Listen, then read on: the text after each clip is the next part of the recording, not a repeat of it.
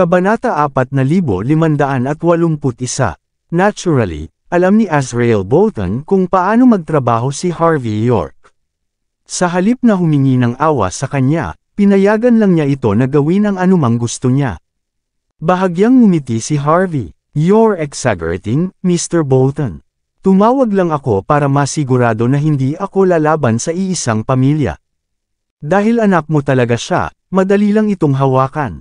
Kahit na, junior ko pa rin siya. Bilang isang may sapat na gulang, hindi ko lang mapahiya ang aking sarili na nakikipagtalo sa kanya ngayon, hindi ba?" Isang mapait na tawa ang pinakawalan ni Azrael. "Salamat kung ganoon." Maya-maya ay binaba na ni Azrael ang telepono. Wala na siyang sinabi pa. Alam niyang magiging maayos ang lahat hanggat kumilos ang kanyang anak. Ngunit kung ipipilit ni Cade Bolton na labanan si Harvey, makabubuti para sa kanya na matuto ng hindi malilimutang aral. Kung tutuusin, mayabang si Cade.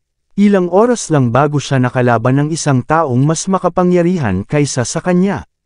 Sa mata ni Azrael, maswerte si Cade na hinamon niya si Harvey sa lahat. Papatayin na sana siya ng ibang tao. Hindi na sana sila nag-abalang tumawag man lang.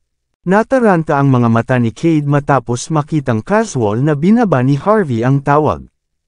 "I'm sorry for offending you, Master York." Magalang niyang bulalas. "Hindi ko na ito itutuloy. Hindi rin ako manggugulo sa iyo at sa mga kaibigan mo. Babayaran ko ang pagkawala nila sa pag-iisip, syempre." Ang sabi, medyo nakaramdam pa rin ng sama ng loob si Cade nang sabihin niya ang mga bagay na iyon. Pagkatapos ng lahat, ang paggamit ng kanyang sariling ama laban sa kanya ay hindi eksaktong isang kahanga-hangang gawa. Masasabi ni Harvey ang lahat ng iyon sa pamamagitan lamang ng pagtingin sa kanyang mga mata. Isang matamis na ngiti ang ipinakita niya bago tinapik ang mukha ni Cade. "Siguro nagdamdam ka, di ba? Sa mata mo, sinasamantala ko lang ang tatay mo para mapuntahan ka." Biglang umatras si Cade. "Sapat na, Master York. Hindi mo pwedeng gamitin ang mga pabor ng tatay ko sa ganyan. Ang pamilya ay hindi rin dapat gamitin sa ganitong paraan." Natural, naniniwala si Cade na nagawa lang siyang ibagsak ni Harvey dahil sa napakalaking pabor ang ginawa niya para sa pamilya. Napangiti si Harvey habang inihampas ang kamay sa mesa. Swoosh! Sabay-sabay na lumipad palabas ang isang dosenang bote ng beer. Bam! Bam! Bam! Ang mga bote ay sumabog sa hangin bago ang mga shards ay lumipad sa buong lugar. Maya-maya pa ay naghiyawan sa sakit ang mga tauhan ni Cade. Karamihan sa kanila ay nakahawak sa kanilang mga paa habang patuloy na nanginginig. Ang ilan sa kanila ay nagdurugo pa sa lahat ng kanilang mga paa. Sila ay lubos na nadurog. Umaalingasaw ang amoy ng dugo sa hangin. Ito ay isang nakakatakot na tanawin. Ang mga magagandang babae ay natigilan bago sila napuno ng nag-aalab na pagnanasa. Parang galing sa pelikula ang kilos ni Harvey. Ang kanyang casual na paggalaw ay nagpapakita na madali niyang mailabas si Cade at ang iba pa kung gusto niya. Ang isang lalaking tulad nito ay tila karaniwan, ngunit siya ay mas malakas kaysa sa isang tulad ni Cade. Tunay na lalaki yan. Maging si Cade, ang tanging natitira, ay naninigas. Ang apoy sa kanyang puso ay naapula sa isang iglap. Biglang napagtanto ni Cade Bolton kung bakit sumuko ang sariling ama kay Harvey York. Ang natitira sa kanyang sama ng loob at galit ay nawala sa wala. Hindi niya inaasahan na martial arts expert din pala si Harvey. Matapos makita kung ano ang maaari niyang gawin, maliwanag na magiging madali para sa kanya na durugan ang lahat ng tao sa lugar. Siya ay malamang na isang liga sa itaas ni Azrael Bolton. Kahanga-hanga siya. "Patay na sana ako kung hindi ako nakinig sa tatay ko." Bam! Hindi nag-aksaya ng oras si Harvey. Alam niyang magkakaroon pa rin ng matagal na galit ang mayamang playboy kung hindi niya kukunin ang kanyang leksyon sa puso. Kaya naman nagpasya siyang basagin ang isang bote sa ulo ni Cade.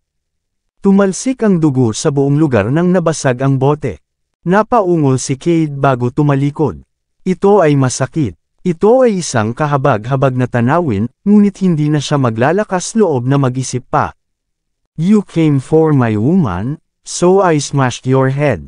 Wala ka namang pakialam dyan di ba?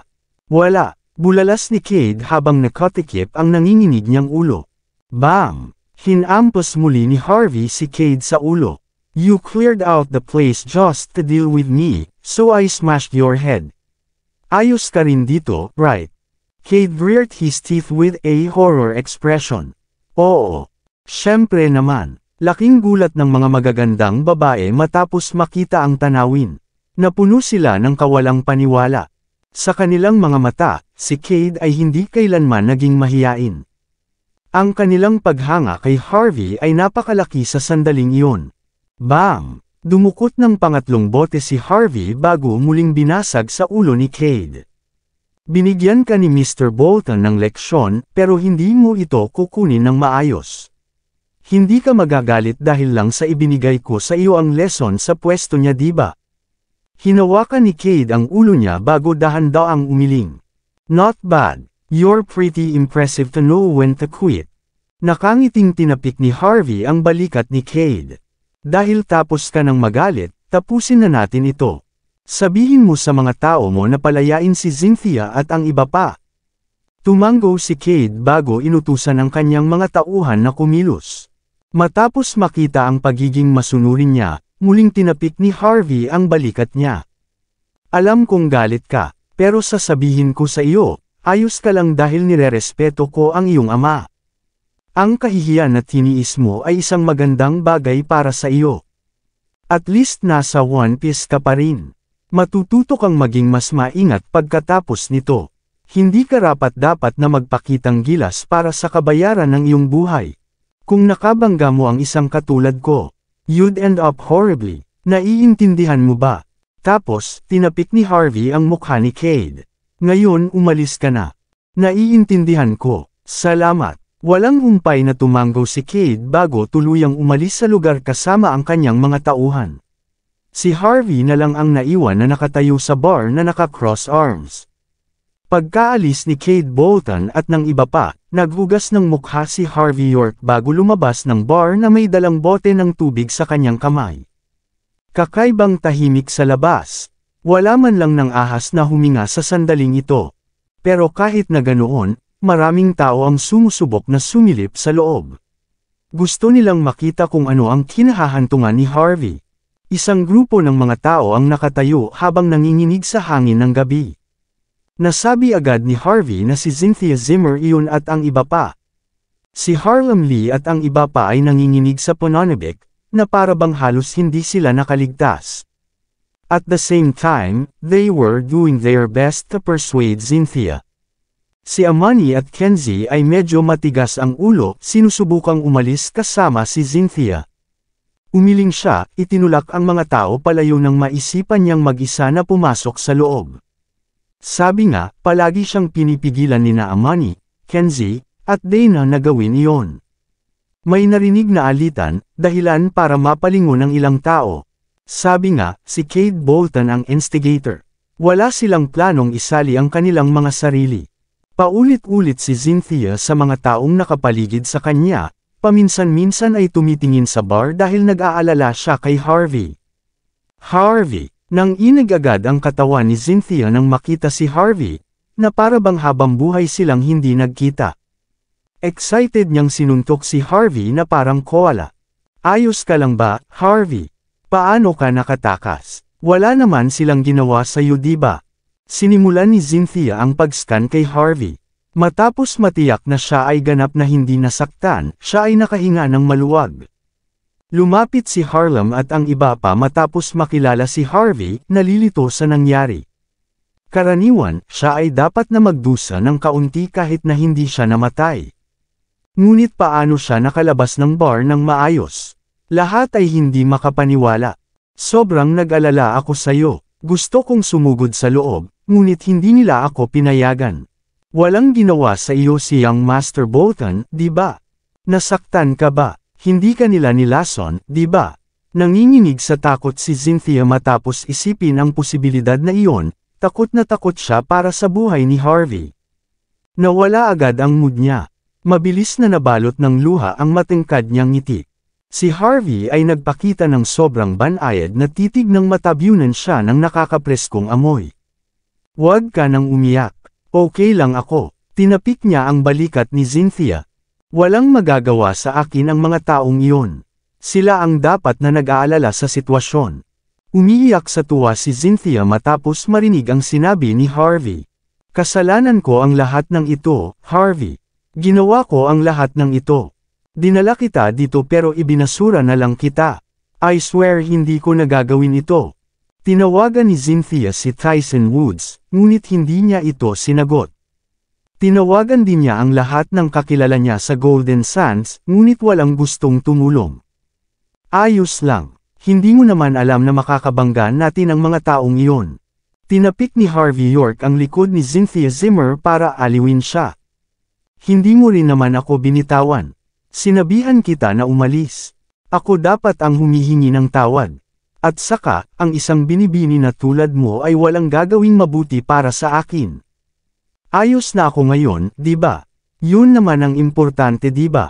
Itinaas ni Harvey ang daliri niya para panasan ang mga luha ni Cynthia.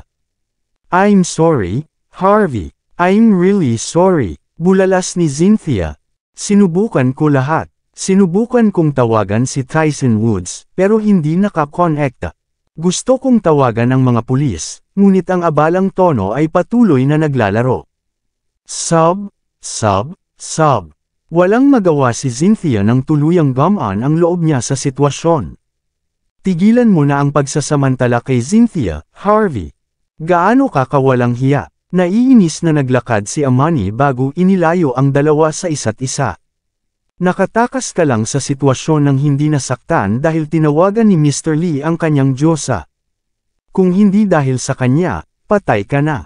How dare you still try to put your hands all over Cynthia? Lumuhad ka at magpasalamat ka na kay Mr. Lee. Alam mo talaga kung ano ang kaya mo. Mabuti sana kung ikaw ang malagay sa sitwasyon. Ngunit hinila mo ang bawat isa sa amin kasama mo pababa. Sa tingin mo ba nakakabilib ka? How dare you na sampalan si Young Master Bolton sa harap ng lahat? Kung wala si Mr. Lee, nasa 6 na talampakan na tayo ngayon. Kung hindi ka luluhod ngayon, hahabulin kita hanggang sa dulo ng mundo kung kailangan ko. After hearing Imani's words, Kenzie and Dana coldly chuckled before screaming at Harvey while pointing at him. Sa paghusga sa kanilang saloobin, binalak nilang ilabas ang lahat ng kanilang pagkadismaya noong gabing iyon kay Harvey. Nakaramdam ng pagmamalaki si Harlem matapos marinig ang lahat ng kaguluhan. He crossed his arms while coldly glared at Harvey, as if he is an actual prominent figure. Nakuha niya ang kanyang kapatid na babae upang tumulong. Si Lola siguro yun, di ba? Ito ay isang kahihiyan. Sa paghusga mula sa pangunawa ni Harvey, si Lola Hoffman ay hindi man lang titingin sa isang katulad ni Harlem. Bahagyang ngumiti si Harvey. Sa buong buhay niya ay hindi pa siya nakakita ng ganitong walang hiyang tao. Sa pag-iisip pabalik, si Harlem ay nagpapamalas ng husto na parabang ang bansa niya ang pinakamahusay na bansa sa mundo. Naintindihan ni Harvey ang kanyang inasal mula sa sandaling iyon. Ayaw niyang igrupo si Cynthia sa isang ganoon. Dahil gusto niyang makakuha ng papel mula sa Golden Studios, ang kailangan lang niyang gawin ay kunin ang shares ng kumpanya. Naniniwala si Harvey na tiyak na papayag sina Saul Robbins at Lola na bilhin niya ang ilan sa mga stock. Sapat na ito, Amani. Ginawa ni Harvey ang lahat para protektahan tayo. Kung wala siya, sino ang nakakaalam kung ano ang mangyayari sa atin? Isipin mo ito, maging makatwiran man lang. Hindi mo siya basta-basta papunahin ng ganito. Maraming salamat sa lahat ng sumusubaybay.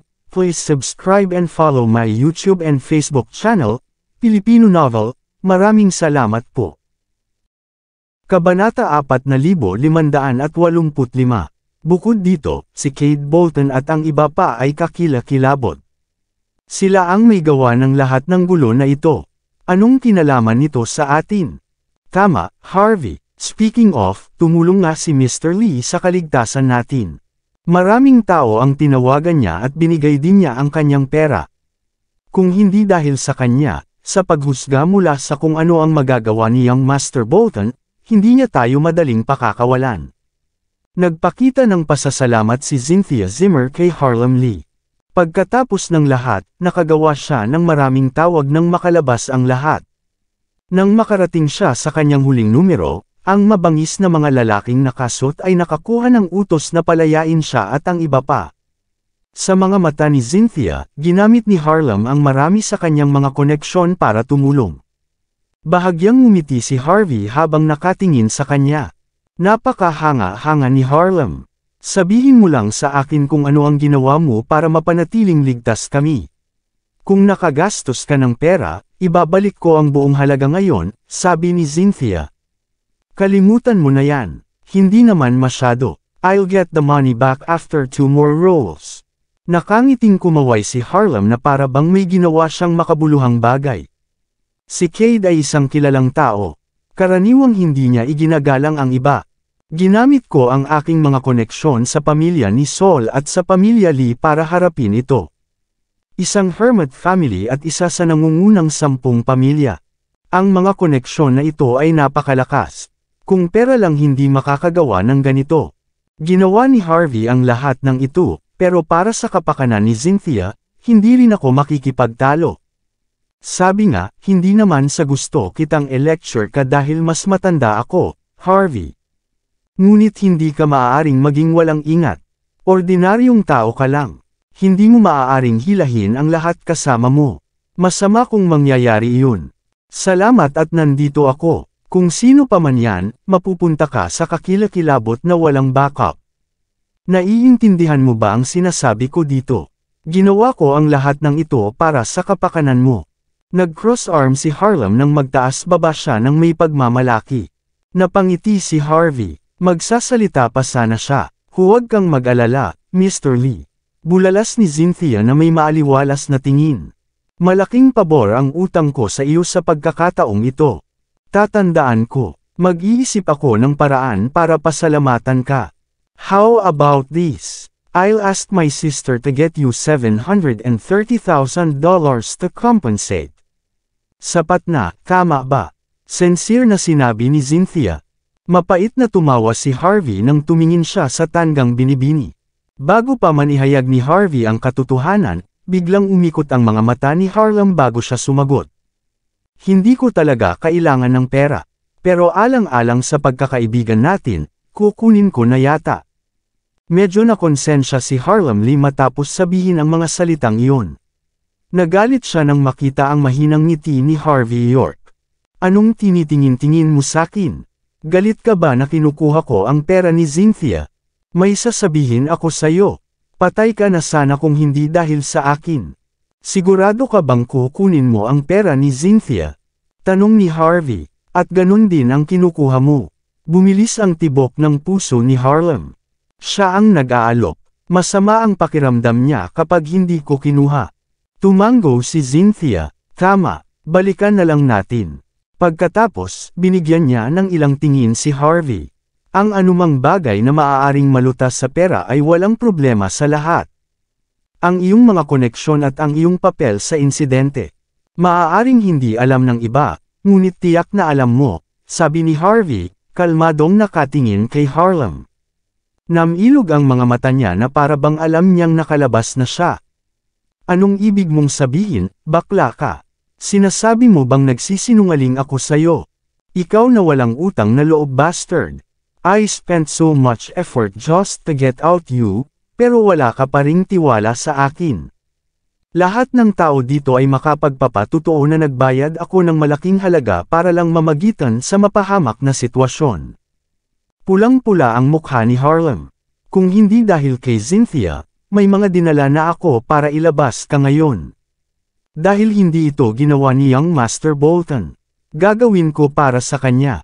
Sa sandaling ilantad na ni Harvey si Harlem, pinigilan siya ni Cynthia.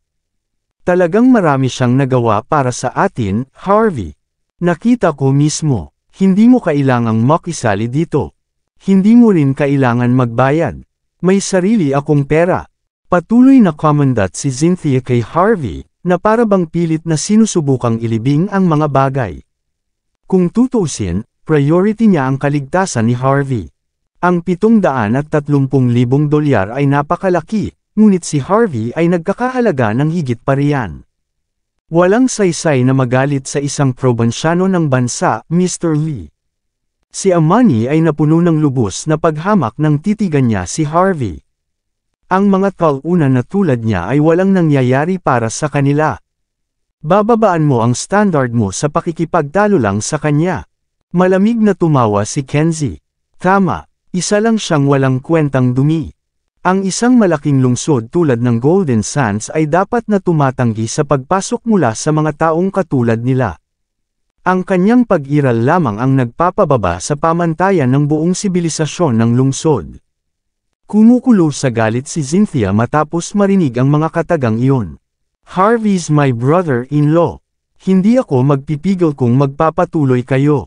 Si Harlem at ang iba pa ay tumigil sa pagsasabi ng anuman matapos marinig ang babala ni Cynthia, ngunit nagpakita pa rin sila ng panghahamak at mapaglarong tingin kay Harvey noon pa man. Tulad ng inaasahan mula sa isang pinananatiling tao. Napakakahanga. Hoy, nakikita mo ba yun? Ang Audi A8 na iyon ay malamang na may limitadong edisyon na V12 engine na may 5 para sa isang plaka ng lisensya. Sabi ni Amani at ang iba pa na naglakad pa punta sa parking lot habang pinagtatawanan nila si Harvey York. Agad silang natuwa nang makita ang itim na Audi sa harap mismo ng kanilang mga mata. Para sa mga taong tulad nila, lubos nilang naunawaan kung ano ang ibig sabihin ng plaka sa isang lugar tulad ng Golden Sands. Ang isang Audi ay hindi gaanong ibig sabihin kumpara sa mga kotse tulad ng Bugatti at Lamborghini. Ngunit ang mga ordinaryong tao ay hindi magagawang makakuha sa kanilang mga kamay sa gayong hindi pangkaraniwang plaka ng lisensya. Sumugod si Amani at ang iba pa para mag-selfie gamit ang sasakyan. Diyos ko, ito ay isang limitadong edisyon na Audi.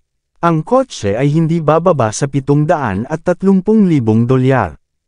Minamaliit mo ang presyo ng sasakyan. Ang mga Audis ng ganitong antas ay binibili lamang ng mga first in command. Magkakahalaga ito ng milyon-milyong dolyar. Ang pera ay hindi lahat. Ang kotse ang simbolo ng pambihirang katayuan ng mga tao. Ang mga ordinaryong tao ay hindi rin makakakuha ng ganoong plaka. Magkakahalaga ito ng hindi bababa sa daan-daang libong dolyar sa auction. Kaninong sasakyan ito? Baka pag-aari ng Young Master. Nagpalinga-linga sina Amani, Kenzie, at Dana, umaasang makikita ang mayamang may-ari. Si Harlem Lee ay nagmamay-ari ng isang Bentley, ngunit kahit na siya ay ganap na natalo ng Audi. Nakaramdam siya ng inis nang makitang lubos na nabighani ang mga babae sa Audi. Tumigil ka nga sa pagkabigla. Panunuya niya, ang taong nagmamaneho nito ay pawang mga kilalang tao ng Golden Sands. Imposible talaga para sa iyo na makilala ang may-ari. Sila ay karaniwang maingat na mga tao kung tutuusin. Kumuha ka na ng ilang litrato at umalis ka na. Mahihirapan tayo kapag nakita tayo ng may-ari dito. Si Amani at ang iba pa ay bahagyang nalungkot matapos marinig ang babala ni Harlem. Naniniwala silang mga celebrity ang hitsura nila pero alam nilang wala silang karapatan na makasama ang isang kilalang tao. Hindi sila makakakuha ng anumang pansin kahit na sila ay pinatulog sa kama. Sumakay ka sa Bentley ko, Cynthia. Iuuwi na kita. Magiging mahirap ang pagkuha ng kotse ngayong gabi na.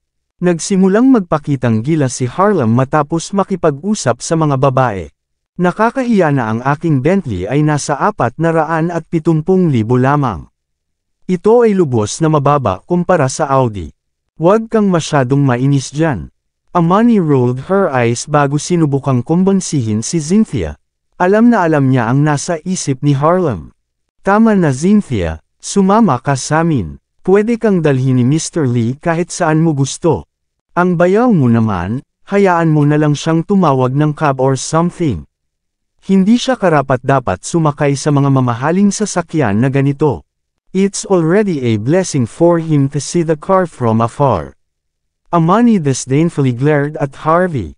Naniniwala siyang hindi malalaman ng isang talunan na tulad niya ang gawa ng sasakyan. Gustong sabihin ni Cynthia na ang Audi ay kay Harvey. Ngunit pinutol na siya ni Harvey bago pa niya magawa. Hindi na kailangan. You people can go on your own. Ako na mismo ang mag-uuwi sa kanya. Ikaw, sa ano? Ang sanggit mong bibig. Nanunuya si Harlem Lee kay Harvey York. Ako ba kayo ng responsibilidad kung magkagulo kayong dalawa sa kalagitnaan ng gabi?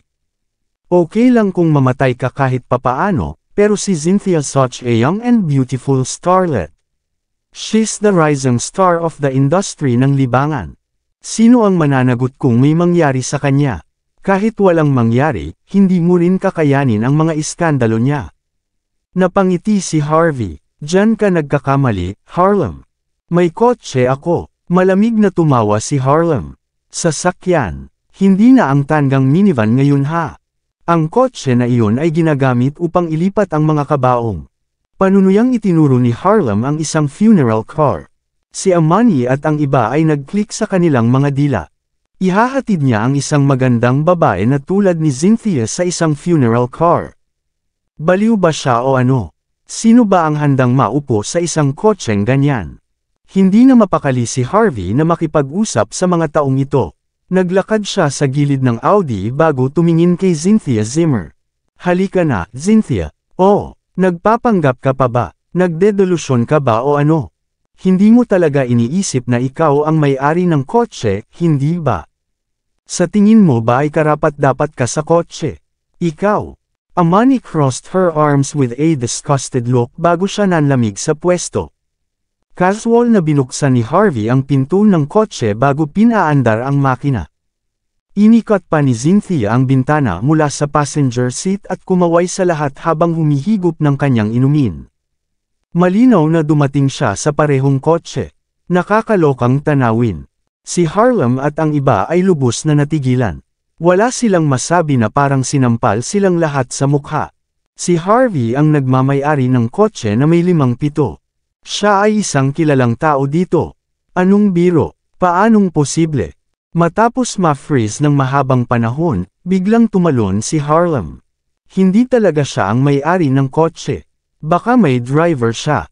Nagmaneho siya ng kotse para lang magpakitang gilas. Si Amani at ang iba ay patuloy na tumatango pagkatapos bumalik sa kanilang katinuan.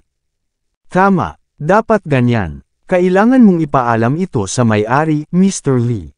Ipaalam mo sa kanila kung ano ang ginagawa ng driver nila. Narinig ko ang mga driver na gumagamit ng mga mamahaling kotse tulad nito upang kunin ang mga babae. Akala ko chismis lang ito. Hindi ko alam na magkakaroon ng ganito kawalang hiya, pero nagkamali ako. Inisip ko kung paano nagkaroon ng karapatang magmaneho ng mga sasakyan ang isang tulad ni Harvey. Isa lang siyang driver na nagnakaw ng kotse ng amo niya. Ang grupo ng mga tao ay lubos na nainggit. Patuloy silang naghahanap ng dahilan para kutsain si Harvey. Nagsimula pa silang maniwala sa sarili nilang kasinungalingan. Naniniwala sila na si Harvey ay isang driver lamang na nagnakaw ng isang mamahaling sasakyan. Si Harlem ay nanumpa na sabihin ito sa aktwal na may-ari ng kotse. Kinagat niya ang kanyang mga ngipin. Gusto niyang malaman ni Harvey na mas masahol pa ang magiging laban niya kaysa sa kay Kate Bolton. Saan ka nakakuha ng ganyan kamahal na sasakyan, Harvey? Habang si Cynthia Zimmer ay curious na pinindot ang mga button at ini-enjoy ang massage function sa passenger seat, na puno ng pagtataka at paghanga ang mukha niya. Kung tutuusin, akala niya si Harvey ay nagmamaneho lamang ng isang ordinaryong Audi A4 na nagkakahalaga ng $400,000. Ngunit pagkatapos marinig ang mga salita ni Harlem Lee at ng iba pa, sa wakas ay naunawaan niya ang halaga ng sasakyan.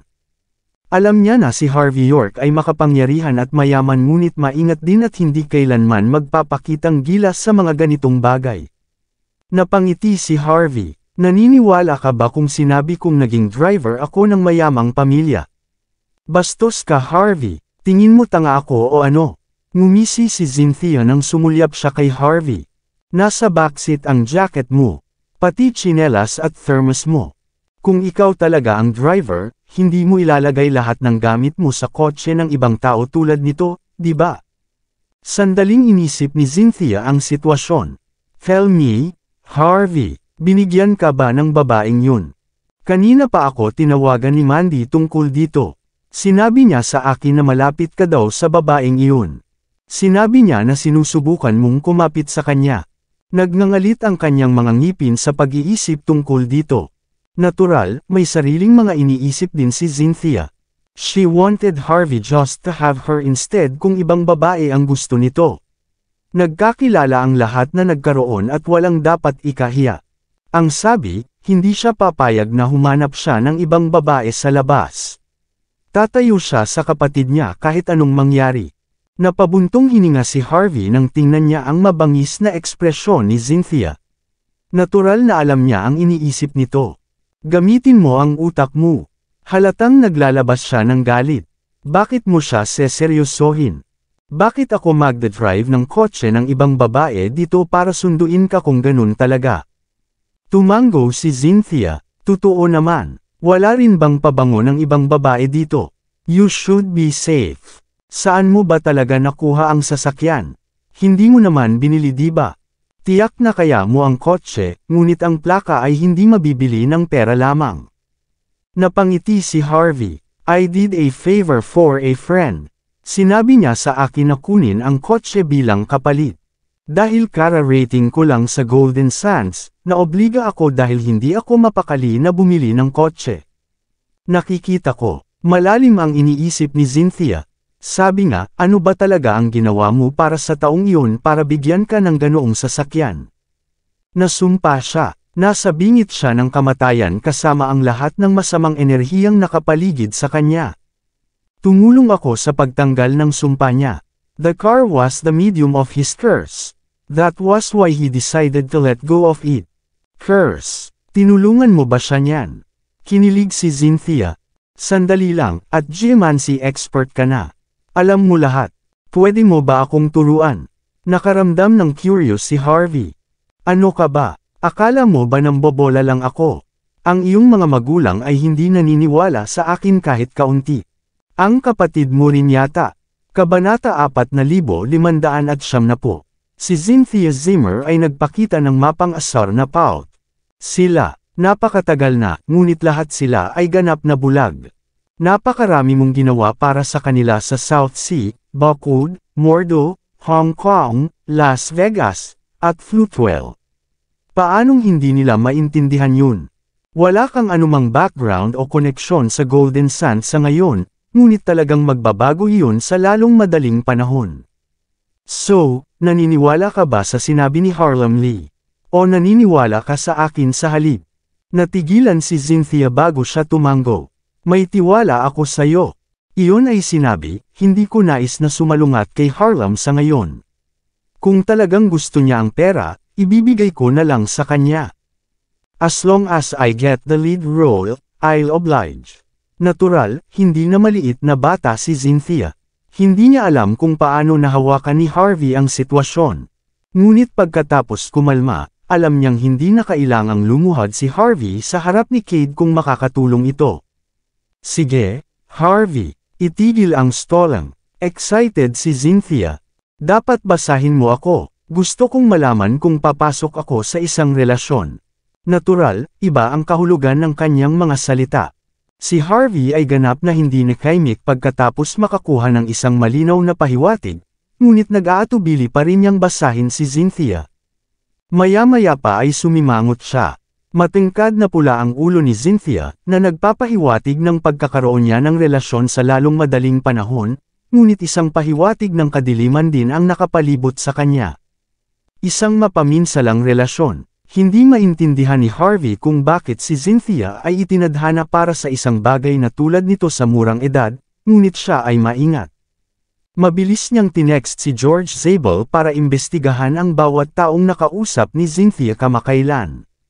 Malaki ang laban niya kay Mandy pero hindi na lang siya titingin habang nagkakaproblema si Cynthia. Habang masayang nagkukwentuhan ang dalawa, pinaandar ang sasakyan papunta sa lugar kung nasaan ang Zimmer family villa. Sandaling inisip ni Harvey ang sitwasyon.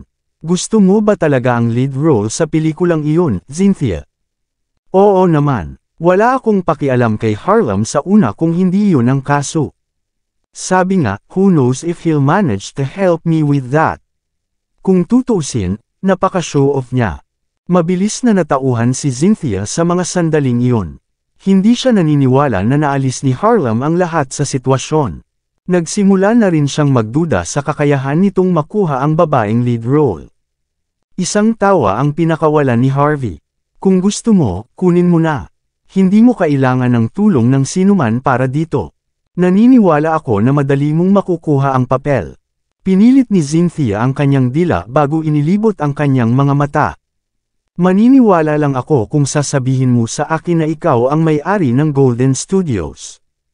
Pwede ako kung gusto mo. Kung gusto kita, napangisi si Cynthia. Alam kong sina Saul Robbins at Lola Hoffman ang aktwal na may-ari. Kasali sila sa isa sa mga hermit families. Kung ikaw ang magiging aktwal na boss ng kumpanya, gagawin ko. Hindi nakaimik si Cynthia kahit matagal na sandali. Mag-aral ka lang at gawin mong mabuti ang trabaho mo. Itigil ang pag-iisip ng mga random na bagay sa lahat ng oras, okay? Isang malabong ngiti ang ipinakita ni Harvey bilang paalala kay Cynthia.